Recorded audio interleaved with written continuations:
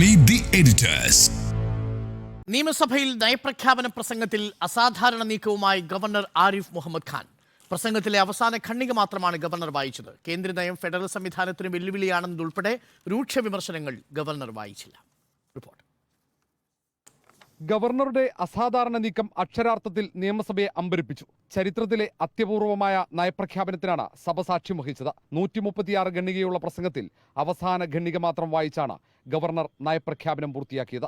1 minute 18 സെക്കൻഡിൽ പ്രസംഗം പൂർത്തിയാക്കിയാണ് ഗവർണറുടെ മടക്കം. And now I am reading the last para.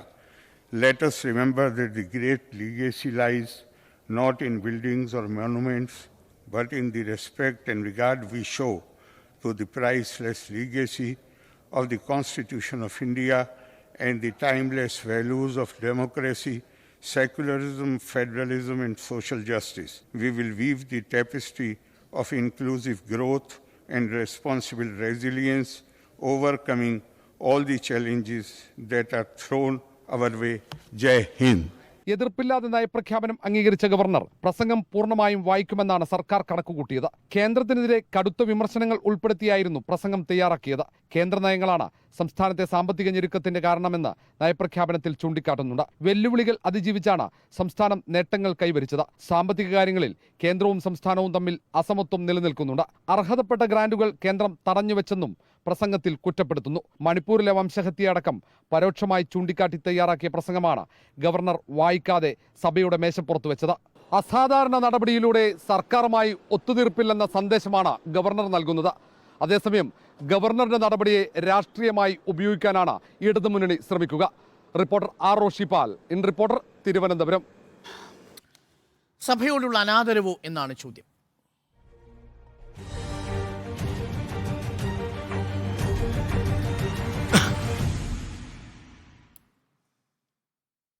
ഇനി നമുക്ക് 8 മിനിറ്റിൽ താഴെ മാത്രം ബാക്കിയുള്ളൂ. ഒരു 1.5 മിനിറ്റ് കൊണ്ട് നമുക്ക് തീർക്കാം ഓരോരുത്തർക്കും. സുജയ, ഗവർണർ നമ്മൾ ബ്രേക്ക്ഫാസ്റ്റ് ഷോയിൽ ഇരിക്കുമ്പോഴാണ് നയപ്രഖ്യാപന പ്രസംഗത്തിനായി വരുന്നത്. നമ്മൾ വലിയ ആകാംക്ഷയോടെ ഇങ്ങനെ ഉറ്റുനോക്കുകയായിരുന്നു.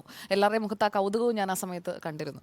ആ കൗതുകത്തോടെ നമ്മൾ നോക്കിയിരിക്കുന്നു. ഗവർണർ വന്നു കഴിയുമ്പോൾ എങ്ങനെയാണ് മുഖ്യമന്ത്രിയുടെ റെസ്പോൺസ്. മുഖ്യമന്ത്രിയും സ്പീക്കറും ഒപ്പം മന്ത്രി കെ രാധാകൃഷ്ണൻ നിൽക്കുന്നു. വളരെ സന്തോഷത്തിലാണ് അവർ 3 പേരും നിൽക്കുന്നത്. ഗവർണർ വന്നിറങ്ങുന്നു, ഡോർ തുറക്കുന്നു, പുറത്തേക്ക് ഇറങ്ങുന്നു. അപ്പോൾ ഉണ്ടാകുന്ന ആ ഒരു എക്സ്ചേഞ്ച് എന്തായിരിക്കും എന്നുള്ള ഇതായിരുന്നു പ്രധാനപ്പെട്ട കൗതുകം.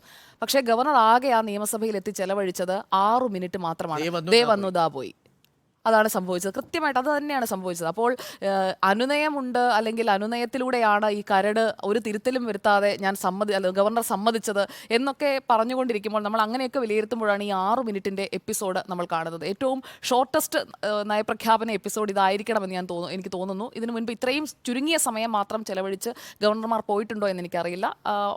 നിങ്ങൾക്ക് ആർക്കെങ്കിലും അറിയാമെങ്കിൽ അത് തിരുത്താം വരും നിങ്ങളുടെ സംഭാഷണ വേളയിൽ. അപ്പോൾ ഈ നയപ്രഖ്യാപനത്തിനായി വരുന്ന ഗവർണർ ചില ഭാഗങ്ങൾ ഒഴിവാക്കി വിടുന്നതോ, അല്ലെങ്കിൽ കുറച്ച് മാത്രം വായിച്ചിട്ട് അവസാനിപ്പിക്കുന്നതോ, അല്ലെങ്കിൽ തിരുത്തൽ വേണമെന്ന് ആവശ്യപ്പെടുന്നതോ ഒക്കെയാണ്. കഴിഞ്ഞ ഒരു 5-6 ഇൻസിഡൻസ് രാജ്യത്താകെയുള്ള സാഹചര്യം വെച്ച് നോക്കിയാൽ 5-6 ഇൻസിഡൻസ് മാത്രമേ നമുക്ക് കാണാൻ കഴിയുള്ളൂ. പക്ഷേ വന്നിട്ട് ഈ ഒരു പാരഗ്രാഫ് മാത്രം വായിച്ചിട്ട് പോകുന്നു. അത് 1 മിനിറ്റും 17 സെക്കൻഡും മാത്രം സമയമെടുത്തുകൊണ്ട്.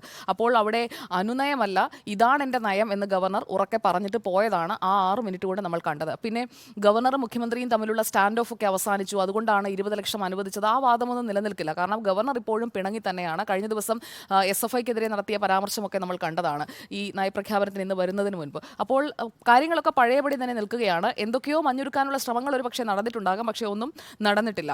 അപ്പോൾ ഗവർണർ യഥാർത്ഥത്തിൽ ഇന്ന് സർക്കാരിനെ ഞെട്ടിച്ചിട്ടുണ്ട്. ആ ഒരു ഞെട്ടൽ മാറാത്തത് കൊണ്ടാണോ, അതോ ഉടനെ തിരക്ക് പിടിച്ച് വലിയ പ്രതികരണത്തിലേക്ക് പോകേണ്ട എന്നതുകൊണ്ടാണോ മുഖ്യമന്ത്രി ഇതിൽ വലിയ പ്രതികരണം വേണ്ട എന്ന് തീരുമാനിക്കുന്നതും അതേസമയം തന്നെ LDF കൺവീനർ മറുഭാഗത്ത് പ്രതികരിക്കുന്നതും കണ്ടതെന്നറിയില്ല. PK കുഞ്ഞാലിക്കുട്ടിയുടെ ഒരു ക്ലാസിക് കമന്റ് ഉണ്ടായിരുന്നു. അതെ, സത്യം പറഞ്ഞു കഴിഞ്ഞാൽ അതാണ് ഒരു പ്രധാനപ്പെട്ട കാര്യം. പിന്നെ ഇതിന്റെ ഉള്ളടക്കത്തിലേക്ക് നമുക്ക് സമയപരിമിതിയുണ്ട്. നമുക്ക് ചെറിയൊരു പ്രശ്നം. ഉള്ളടക്കം വേണ്ടേ? ഉള്ളടക്കത്തിലേക്ക് സമയം അനുവദിച്ചാൽ വരാം. ഇല്ലെങ്കിൽ എനിക്ക് അല്ലെങ്കിൽ ഒരാൾ അവസരം കട്ട് ചെയ്യേണ്ടി വരും. നികേഷ് കുമാർ, സാധാരണഗതിയിൽ ഒരാൾ ബൊക്കെ കൊടുത്ത് സ്വീകരിക്കുമ്പോൾ ഒരു പ്രതികരണം വേണമല്ലോ. ആ നിലയിലുള്ള പ്രതികരണം ഗവർണറുടെ ഭാഗത്ത് നിന്ന് ഉണ്ടായില്ല എന്നുള്ളതാണ് എന്നെ നിരാശപ്പെടുത്തുന്നത്. നോക്കൂ, നിങ്ങൾക്ക് തമ്മിൽ അതിർത്തി തർക്കമൊന്നുമില്ലല്ലോ. രാഷ്ട്രീയമുണ്ട്, പിണറായി വിജയനൊരു രാഷ്ട്രീയമുണ്ട്, ആരിഫ് മുഹമ്മദ് ഖാനും രാഷ്ട്രീയമുണ്ട്. ഈ 2 രാഷ്ട്രീയങ്ങൾ തമ്മിൽ ഏറ്റുമുട്ടിയിട്ടുണ്ടാവും.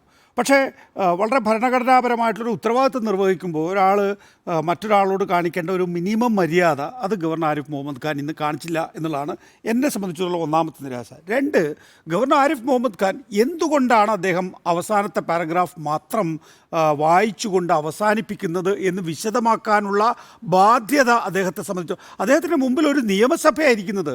ഞാനും നമ്മളെല്ലാവരും ചേർന്ന് തിരഞ്ഞെടുത്ത ഒരു നിയമസഭ, എൻ്റെ പ്രതിനിധി അടക്കമുള്ള 140 പേരാണ് ആ നിയമസഭയിൽ ഇരിക്കുന്നത്. അവർ ചുമ്മാ കളി കാണാൻ വന്നതൊന്നുമല്ല, അവർ നിയമസഭയുടെ ഉത്തരത്തിൽ കൂടെ കയറി വന്നതുമല്ല. അവരോട് പറയണമായിരുന്നു എന്തുകൊണ്ട് ഞാൻ ഈ പറയുന്ന 137 പാരഗ്രാഫ് വായിക്കാതെ 138ാമത്തെ പാരഗ്രാഫ് വായിക്കുന്നു.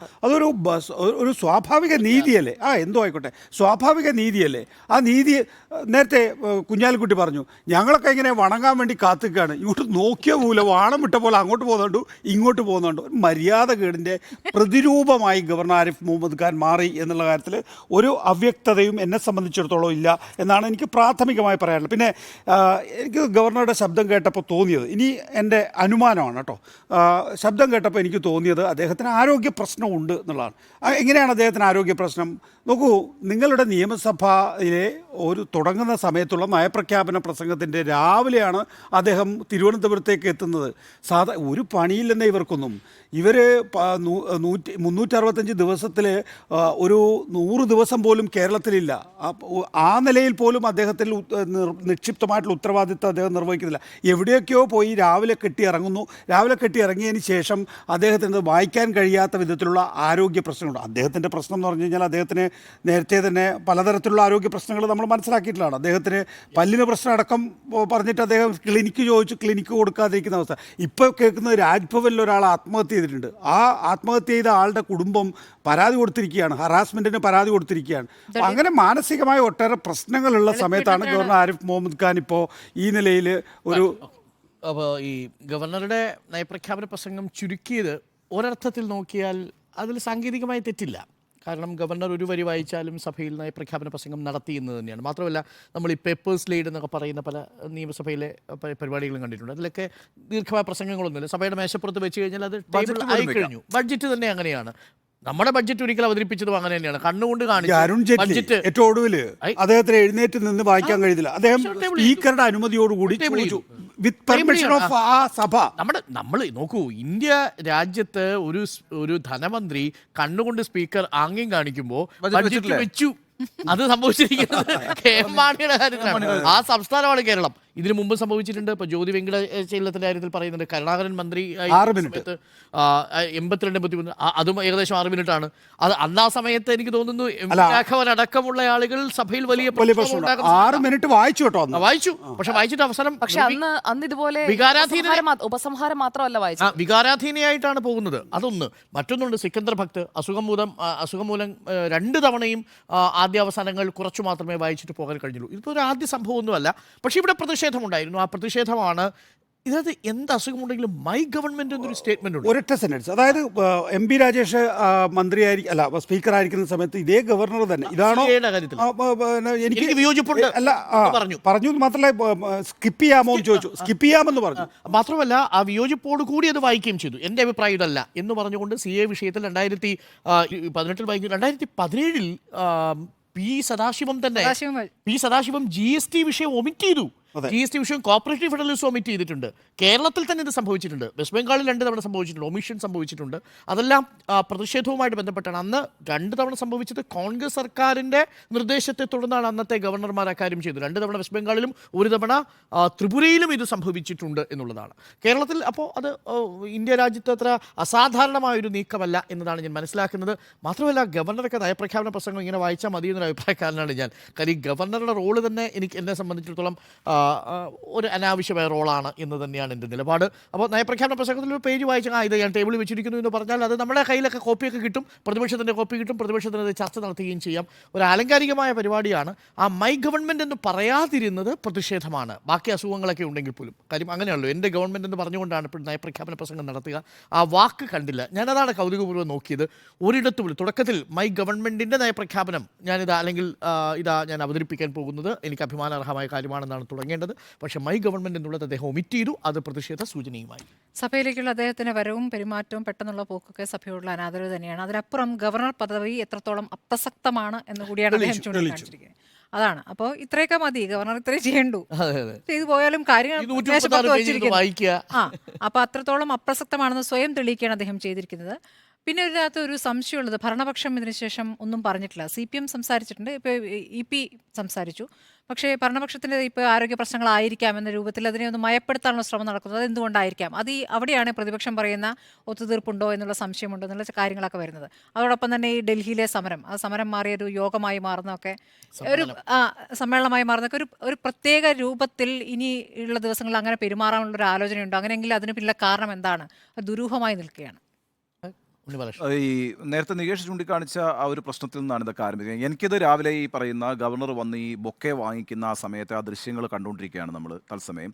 അവിടെ നിന്ന് തന്നെ എന്താണ് ഗവർണറുടെ ഒരു നിലപാട്, ആറ്റിറ്റ്യൂഡ് എന്ന കാര്യം വളരെ വ്യക്തമായിരുന്നു. ഇപ്പോൾ കീപ്പിംഗ് ദ ഡെക്കോറം നമ്മൾ പറയത്തില്ലേ, രണ്ടുപേർ തമ്മിൽ കാണുമ്പോൾ ഉണ്ടാകേണ്ട സ്വാഭാവികമായ ഒരു ഹൃദ്യതയുണ്ടല്ലോ. ഇപ്പം നേരത്തെ പറഞ്ഞ ഈ അതിർത്തി തർക്കമോ ഒന്നും അല്ലല്ലോ ഇവരുടെ പ്രശ്നം. അപ്പോൾ ഒരു സംസ്ഥാനത്തിൻ്റെ മുഖ്യമന്ത്രിയോട് പിന്നെ ഗവർണർ കാണിക്കേണ്ട, പ്രത്യേകിച്ച് ഗവർണർ റിസീവ് ചെയ്യാൻ വന്ന് നിൽക്കുന്ന ഒരാളോട് കാണിക്കേണ്ട സാമാന്യമായ മര്യാദ ഉണ്ടല്ലോ, ഒരു ഊഷ്മളതയുണ്ടല്ലോ. ആ ഊഷ്മളത ഉണ്ടായിരുന്നില്ല എന്നിടത്ത് തന്നെ പ്രശ്നങ്ങൾ ആരംഭിക്കുകയാണ്. പിന്നെ വളരെ വേഗത്തിൽ വന്നിട്ട് ഒരു വല്ലാത്ത ശബ്ദത്തിൽ അദ്ദേഹം പ്രസംഗിച്ചു പോകാണ്. ഒരു പരിഭവം മുഴച്ചു നിൽക്കുന്ന ശബ്ദമായിട്ട് തന്നെ എനിക്കത് ഫീൽ ചെയ്യുന്നു. ഇപ്പം ഇന്നലെ അദ്ദേഹം ചെന്നൈയിൽ ഒരു ഉന്നത വിദ്യാഭ്യാസ കോൺക്ലേവിൽ പങ്കെടുത്തു. അവിടെ നിന്ന് നേരെ കോയമ്പത്തൂരേക്ക് വരുന്നു. കോയമ്പത്തൂരേക്ക് വന്നൊരു ഗീതായജ്ഞ പരിപാടിയിൽ പങ്കെടുക്കുന്നു. അവിടെ നിന്ന് നേരെ പാലക്കാട്ടേക്ക് എത്തുന്നു. പാലക്കാട് ഒരു സംഘർഷം ഉണ്ടാകുന്നു. അവിടുന്ന് രാത്രി അമൃത എക്സ്പ്രസ് വരുന്നു. രാവിലെ തിരുവനന്തപുരത്ത് എത്തുന്നു. അവിടുന്നാണ് അദ്ദേഹം ഈ പരിപാടിയിലേക്ക് വരുന്നത്. ഹെക്ടിക്കാണ് ഈ ഷെഡ്യൂൾ. പക്ഷേ പ്രശ്നം എന്താണെന്നറിയോ, ഒരു സംസ്ഥാന നിയമസഭയുടെ നയപ്രഖ്യാപനത്തിൻ്റെ തൊട്ട് ദിവസമാണ് ഈ യാത്രകളൊക്കെ ഓർക്കണം. പരിപാടി ഫിക്സ് ചെയ്തിരിക്കുകയാണ്. അപ്പോൾ ഇത് എത്രത്തോളം ഗൗരവത്തോടെ ഗവർണർ കണ്ടു. ഇനി വന്നാൽ തന്നെ ഈ വളരെ പിന്നെ എനർജറ്റിക് ആയ ഒരാളാണ് ഈ പറയുന്ന ആരിഫ് മുഹമ്മദ് ഖാൻ. ആരിഫ് മുഹമ്മദ് ഖാൻ ഇതൊന്നും ഒരു പ്രശ്നമല്ല. ഇപ്പോൾ പിന്നെ ഇന്ന് വേണമെങ്കിൽ 1.5 മണിക്കൂർ നേരം അദ്ദേഹം നിന്ന് സംസാരിക്കും, ഒരു പ്രശ്നമുള്ള ആളല്ല. പക്ഷേ ഈ തീരുമാനം എന്ന് പറയുന്നത് നിസ്സഹകരിക്കാനുള്ള തീരുമാനം തന്നെയാണ്. എസ്പെഷ്യലി അരുൺ സൂചിപ്പിച്ചതുപോലെ മൈ ഗവൺമെൻറ് എന്നൊരു വാക്ക് പറയാതിരിക്കും. ഈ നിയമസഭയിലേക്ക് ഗവർണർ വന്നു കഴിഞ്ഞാൽ പിന്നെ സഭയുടെ കസ്റ്റോഡിയൻ ഗവർണറാണ് അതിൻ്റെ നിയന്ത്രണം മുഴുവനും ഉള്ളത്. അപ്പോൾ ഗവർണർ പിന്നെ അഭിസംബോധന ചെയ്യുന്നത് കേരളത്തിലെ മൊത്തം ജനങ്ങളുടെ പ്രതിനിധികളെയാണ്. അപ്പോൾ ആ ആദരവോടുകൂടി കേരളത്തെ അഭിസംബോധന ചെയ്യുന്ന കസ്റ്റോഡിയൻ ഓഫ് ലെജിസ്ലേച്ചർ, അതിൻ്റെ കസ്റ്റോഡിയനായി നിന്നുകൊണ്ട് കാണിക്കേണ്ട ഒരു ഹൈറ്റ് ഇന്ന് ഗവർണർ കാണിച്ചിട്ടില്ല. അതെ. അപ്പോൾ ആ അർത്ഥത്തിൽ ഗവർണറുടെ നിസ്സഹകരണം തന്നെയാണ് ഇതിനകത്തുണ്ടായിട്ടുള്ളത്. ഗവർണറുടെ പ്രതിഷേധം തന്നെയാണ് ഈ സംഭവിച്ചിരിക്കുന്നത്. ഈ മൗനം ഒരു ഒത്തുതീർപ്പാണോ എന്ന ചോദ്യം പ്രതിപക്ഷ നിരയിൽ നിന്ന് ഗവർണർ പാസ് ചെയ്യുമ്പോൾ ഉയർന്നു വന്ന ആ ചോദ്യം അവിടെ നിലനിൽക്കുന്നുണ്ട്. ഒത്തുതീർപ്പാണോ? എന്തുകൊണ്ടാണ് ഗവർണർ, അത് മാത്രമല്ല കേന്ദ്രത്തിനെതിരായുള്ള വിമർശനങ്ങൾ ശക്തമല്ല എന്നുള്ള പ്രതിപക്ഷത്തിന്റെ ആരോപണവും അവിടെ നിൽക്കുന്നുണ്ട്. അപ്പോൾ ഈ 136 പേജ് 136 ഖണ്ഡികകൾ വായിച്ചാലും ഇല്ലെങ്കിലും അതിൽ ഈ നവകേരള സദസ്സിനെ കുറിച്ചൊക്കെ പറയുന്ന ഭാഗങ്ങളുണ്ട്. 4ാമത്തെ ഖണ്ഡികയൊക്കെ അടുത്ത ദിവസവും വിശദമായി തന്നെ ചർച്ച. ഇന്നലെ സമയമില്ലാത്തതുള്ളൂ. അപ്പോൾ അടുത്ത ദിവസങ്ങളിലും പ്രതിപക്ഷം ആ വിഷയങ്ങൾ ഉയർത്തിക്കൊണ്ടുവരാനുള്ള ഇനിയിപ്പോൾ നന്ദിപ്രമേയ ചർച്ച വരും. നന്ദിപ്രമേയ ചർച്ചയിൽ ഇതെല്ലാം ഓരോ പാരഗ്രാഫിനുമുള്ള മറുപടി ഉണ്ടാവും പ്രതിപക്ഷം. നമുക്ക് ഇനി വരും ദിവസങ്ങളിലും അത് ആഴത്തിൽ ഉള്ളടക്കം ചർച്ച ചെയ്യും. അതുകൊണ്ടാണ് നമ്മൾ ഉള്ളടക്കം വിട്ടു എന്ന് പറഞ്ഞത്. എന്നാലും ഇന്ന് അവിടെ ഭരണപക്ഷത്തെ MLA-മാർക്ക് സൗകര്യമായി. ഈ ഡൽഹിയിലെ സമരം നേരത്തെ സ്മൃതി പറഞ്ഞത് നോക്കൂ. അവിടെ ഡൽഹിയിലെ സമരം കുറച്ചുകൂടി വിപുലമാക്കുകയാണ് ചെയ്തിട്ടുള്ളത്. സാധാരണഗതിയിൽ നമ്മുടെ ഇവിടുത്തെ ജനപ്രതിനിധികൾ ജന്തർ മന്ദറിൽ പോയി നിന്നാൽ അതിന് കിട്ടാവുന്ന വാർത്താ പ്രാധാന്യം എന്താണ്? പക്ഷേ ഇപ്പം ചെയ്യുന്നതെന്ന് വെച്ചാൽ ഡൽഹി മുഖ്യമന്ത്രി അരവിന്ദ് കെജ്രിവാൾ, തമിഴ്നാട് മുഖ്യമന്ത്രി സ്റ്റാലിൻ അടക്കമുള്ള, എനിക്ക് തോന്നുന്നു നിതീഷ് കുമാറിനെ അടക്കം വിളിച്ചിട്ടുണ്ട്. അപ്പോൾ ഇവരെയൊക്കെ മുഖ്യമന്ത്രിമാർ വന്നാൽ മതി. പരമാവധി ആൾക്കാരെ സംഘടിപ്പിച്ചിട്ട് കേന്ദ്രത്തിനെതിരെ ഇതേ ജന്തർ മന്ദറിൽ തന്നെ നമ്മൾ അവിടെ നിന്ന് മുദ്രാവാക്യം വിളിക്കുന്നതിന് പകരം നമ്മളൊരു വലിയ സെമിനാർ സംഘടിപ്പിക്കുകയാണ്. ആ സെമിനാറിൽ ഈ മുഖ്യമന്ത്രിമാരെയൊക്കെ ഉൾച്ചേർക്കാൻ സാധിക്കുമെങ്കിൽ അത് നേരത്തെയുള്ളതിനേക്കാൾ വിപുലമായിട്ടുള്ള ഒരു സമരം. മാത്രമല്ല 1999 അറിയില്ല, സർവകക്ഷി സംഘം ഡൽഹിയിൽ വന്ന് ജന്തർ മന്ദറിൽ ഒരു വലിയ പ്രതിഷേധം കേരളത്തോടുള്ള കേന്ദ്ര അവഗണനയ്ക്കെതിരെ നടത്തിയിട്ടുണ്ട്. അന്ന് ആരൊക്കെ പങ്കെടുത്തെന്നറിയോ? VP സിംഗ്, മധുദന്ധവതയുടെ ഭാര്യ, അങ്ങനെയൊക്കെ വലിയ ഈ ഒരു സോഷ്യലിസ്റ്റ് ചേരി അണിനിരത്തിക്കൊണ്ടാണ് EK നായനാരുടെയും കരുണാകരന്റെയും നേതൃത്വത്തിൽ അന്ന് സർവകക്ഷി പിന്നെ പ്രതിഷേധം ജന്തർ മന്ദറിലൂടെ നടന്നിട്ടുള്ളത്. ഞാൻ ഈ നിതീഷ് കുമാറിന്റെ ചർച്ച പ്രസംഗിക്കാം. ഇതെന്ന് പറഞ്ഞാൽ സമരം എന്ന് പറയുന്നത് അവിടെ വന്ന് ആ ഒരു പ്രസംഗമാണ്. നിതീഷ് കുമാറിന്റെ ചർച്ചയ്ക്ക് KV തോമസിനെ വിളിച്ചപ്പോൾ KV തോമസ് ആണ് ഈ പറഞ്ഞത്. ഞാനിപ്പോൾ ഓരോ മുഖ്യമന്ത്രിമാരെയും കപിൽ സിബൽ അടക്കമുള്ള പ്രമുഖരായിട്ടുള്ള നിയമജ്ഞരായ നേതാക്കന്മാരെയൊക്കെ വിളിക്കുകയാണെന്നുള്ളതാണ്. ഒരു വലിയ സ്റ്റേജ് ആയിരിക്കും അത് ദേശീയ മാധ്യമങ്ങളിൽ നിറഞ്ഞു നിൽക്കാൻ പോകുന്നതായിരിക്കും. അതിനകത്ത് എന്ത് കോംപ്രമൈസ് എനിക്ക് തോന്നുന്നില്ല. അപ്പോൾ സഭയോടുള്ള അനാദരവോ എന്നതായിരുന്നു ചോദ്യം. സഭയോടുള്ള അനാദരവ് തന്നെയെന്ന് 5 പേരും അഭിപ്രായപ്പെടുന്നു. Yes 5 No 0.